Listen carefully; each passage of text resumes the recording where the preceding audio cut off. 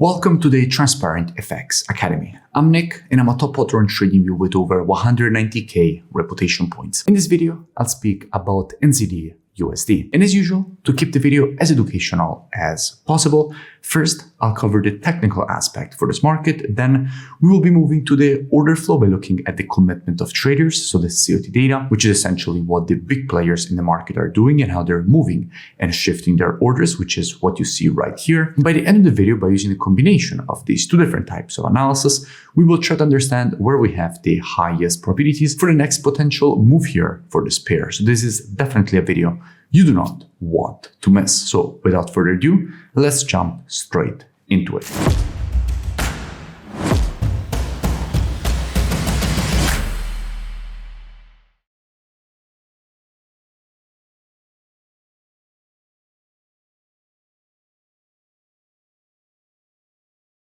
NZDUSD at the moment is a very interesting pair. Starting here from the monthly time frame, what we can see is that we have a market which at the moment is testing a very strong historical monthly demand and support area. From here, in fact, all these previous rejections to the upside were created. Every time the market tested its zone, it rejected it to the upside. At the moment, it is again rejecting to the upside this very strong monthly demand and support zone. So here in the monthly, we have very solid support at this area and institutional buying. And we will be speaking about the institutional buying currently going on NZDUSD as it rejects this zone in just a few minutes when we move to the commitment of traders analysis. But for now, let's keep in mind that the market is rejecting a historical demand and support zone and drop down on the weekly time frame. Now, from a weekly perspective, the structure is very clear.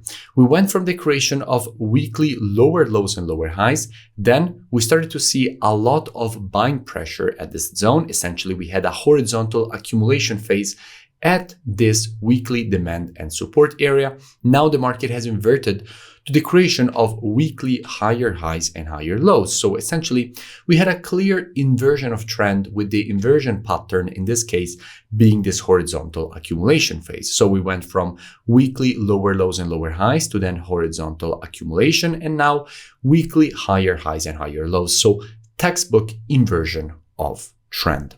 Let's keep in mind that on the weekly, we now have a bullish trend and drop down on the daily time frame. Now, from a daily perspective, I spoke about NZDUSD just a few days ago when the market was around this area. I explained all the reasons for which I was expecting this rejection to the upside.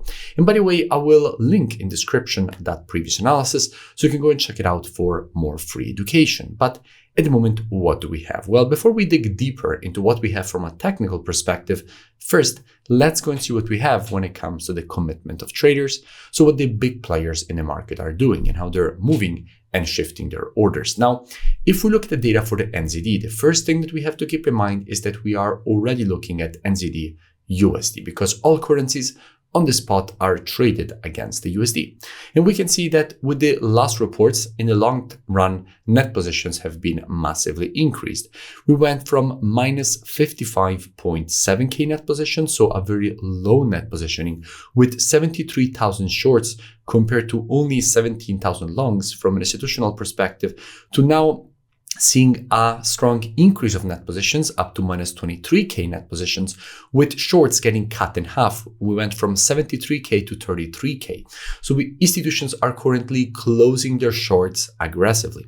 Now, we still don't see a strong accumulation of longs from an institutional perspective, but for example, just with the last report, we see another 438 longs added on the institutional side of the market and 274 shorts getting closed. So institutions are slowly transitioning back to the bullish side for NZDUSD, therefore making it stronger. So let's keep this in mind and move back to the chart. Now, here on the chart, from a structure perspective, from a market structure perspective, the market is creating this series of daily higher highs and higher lows. However, if we look closely, we can see that it is now already three highs that have been created exactly the same zone. So we have essentially this resistance area here that is currently holding the market to the downside. The market is struggling to break above this level, to have a breakout above the zone.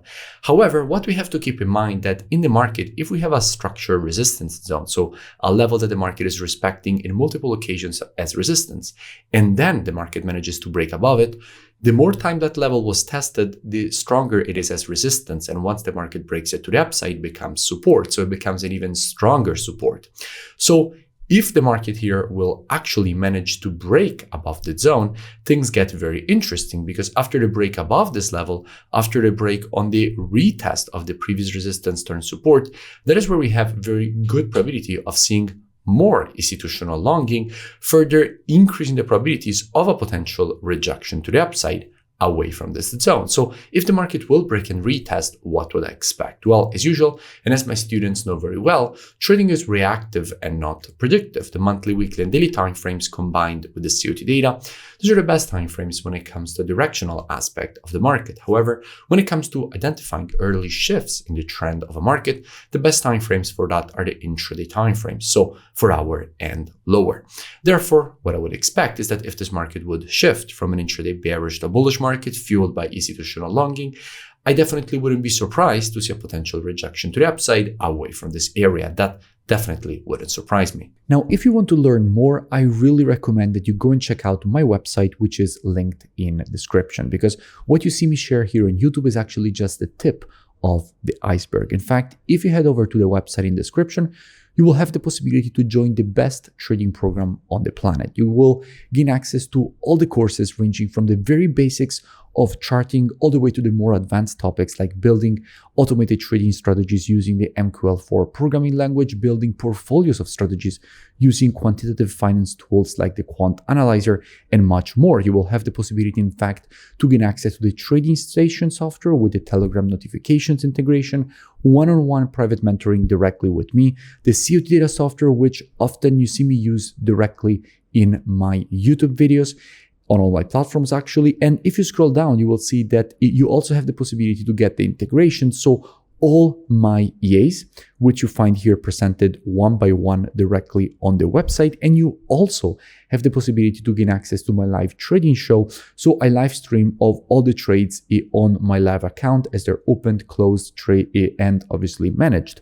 And if you continue to scroll down, you will see that you have the possibility to join just after here the testimonials and gain automatically access with the email and password that you will create during the checkout process. So I really suggest that at least you go and check it out. The link is in the description and I will see you in it. If you enjoyed the video, make sure that you leave a like. Also, let me know in the comments below any new pairs that you would like me to cover in my next videos. Subscribe to the channel so you never miss new updates, and I will see you in my next video.